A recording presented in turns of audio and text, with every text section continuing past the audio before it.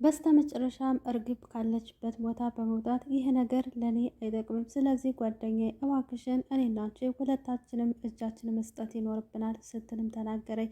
ከዛም በኋላ ካሰበች በኋላ አንቺ ብዙ ነገር ይጠብቅሻል፣ የኔ ህይወት እንደሆነ አንዴ ተበላሽቷል። ስለዚህ እባክሽ ሜሮን አሁን ላይ አንቺ ሁርያ ነች ተብለሽ ተለቀሻል፣ ወይም ደግሞ ወንጀል የለብሽም በማባል ተለቀሻል። ከዚህ በኋላ ወንጀለኛ ናት ተብለሽ በእኔ የተነሳ ህይወትሽ መበጥበጥ የለበትም። እስከ ዛሬ ድረስ ላረግሽልኝ ከልብ ነው የማመሰግነው። እባክሽን ከዚህ በኋላ እኔም መደበቅና ሁሉን ነገር መናገርና ማውራት ይኖርብኛል ስትልም ለፖሊስ እጇን አሳልፋ እርግብ ልትሰጥ ነው ማለት ነው። እንግዲህ ፖሊሶችም እርግብን እስከ ዛሬ ድረስ የት እንዳለችና የት እንደሆነች አያውቁም ነበረ። ነገር ግን ሁሉን ነገር ለመናገር ነበረ ወደነ ሜላት ቦታ ወይም ቤት የሄደችው። ነገር ግን ምላሴ ልታወራ ስትል ሰላም በመምጣት እንግዲህ ሰላም ለምን ታረጊ መጣሽ?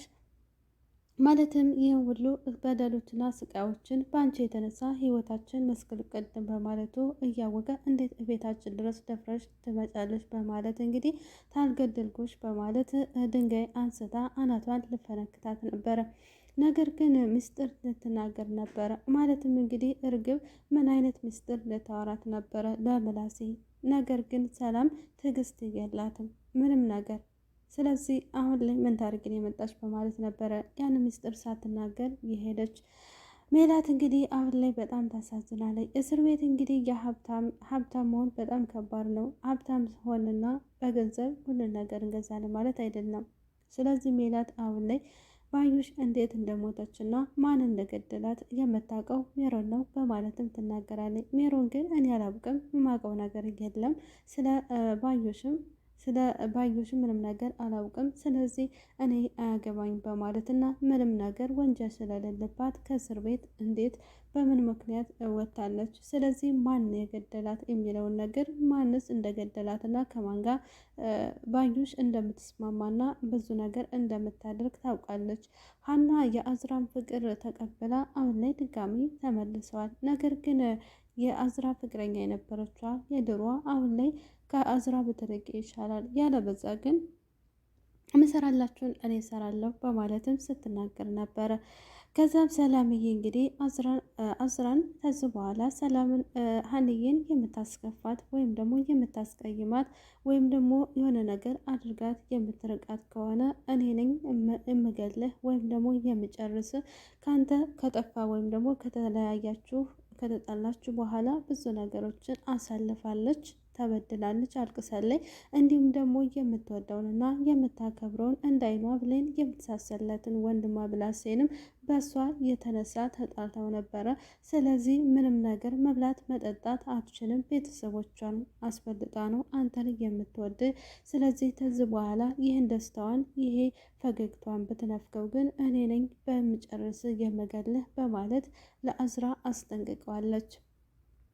አዝራም ደግሞ አይ ከዚህ በኋላ እኔ መች እጎዳታለሁ አልኩ፣ እኔ ከልቤ በላይ የምወዳት የምሳሰላት ሀና ናት። ስለዚህ መቼም አልተዋትም፣ መቼም አላስቀይማትም። እባክሽን እንደዚ አይነት ሀሳቦችና ሁኔታዎችን አታስቢ ሲልም ተናገረ። እንግዲህ የአዝራ ፍቅረኛ በጣም የከፋችና አረመኔ ናት።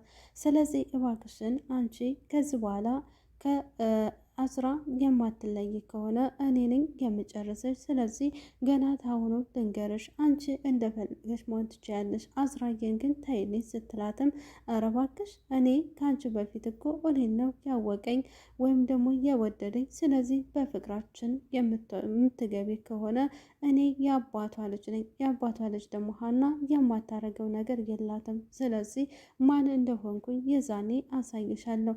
እንዲህ ዝም ስልሽና የፈለግሽውን ነገር ስተዋሪ ወይም ስደነፊብኝ እኔ ቁጭ ብዬ የማይሽ ምንምሽም አይደለም። ስለዚህ የዛኔ እንተያያለን፣ ኧረ እባክሽ በማለት እንግዲህ ሁለቶች አይጥና ድመት በመሆን ተጋጥመው ማለት ነው ተለያይቷል።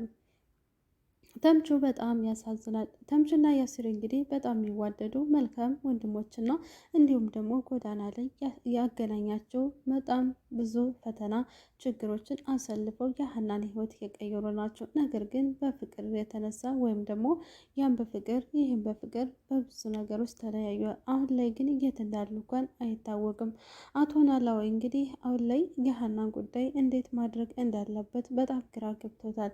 ምንም እንኳን ቢወዳትና ቢያከብራትም ነገር ግን ከቤተሰቧ ጋር እንዴት መሆን እንዳለባት መንገዶችን እያስተካከለ ይገኛል። እንግዲህ ድንብላልዬም እንግዲህ ተምቹ ጠፍቶባት በጣም እየፈለገችው ነበረ። ፍቅር በጣም ከባድ ነው። ድንብላል በጣም ትወደዋለች፣ ታፈቅረዋለች ተምቹም ማለት ነው። ተምቹም እንግዲህ አሁን ላይ ከዛች ከተረገመችው እርግብ ጋር እንዴት ማግኘትና እንዴት አለማግኘትን ስትፈልግና ስታስብ ነበረ። ነገር ግን አሁን ላይ ግን እውነቱን ተናግሬ ከዚህ መንገድ መውጣት ይኖርብኛል። በቃ የሰው ልጅ ወንጀል ሰርቶ የሚደበቅበት ምክንያት የለውም። ስለዚህ ምንም ተፈረደብኝ ምን እዚህ ጋር እስር ቤት ሁኜ መስበስና ያለብኝ ነገሮች ሁሉ ተናግሬ ካመኑኝ ይመኑኝ፣ ካላመኑኝ ግን በቃ እቅዴን እዛው አንድ ላይ ማሳለፍ ይኖርብኛል። ነገር ግን አንቺም እዚህ ሆነሽ ሁሉ ነገር ማስተካከል ይኖርብሻል ስትልም ትናገራለች።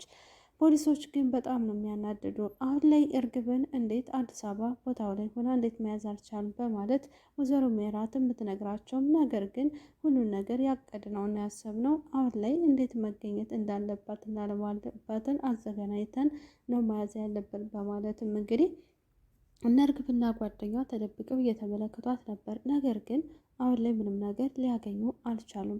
ስለዚህ አሁን ላይ ቤቷ ሄደው ብዙ ነገር ቢያዩም ነገር ግን አሁን ላይ በቃ የሆነ ነገር ካደረግን በኋላ እንመለሳለን፣ ምንም ላይገኝ ይችላል።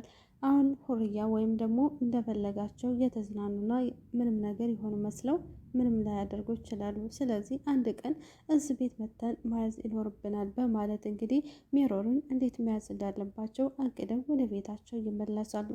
በጣም ያሳዝናል። እርግብ እጇን ልትሰጥ ነው። እስኪ መጨረሻው ምን ይሆን?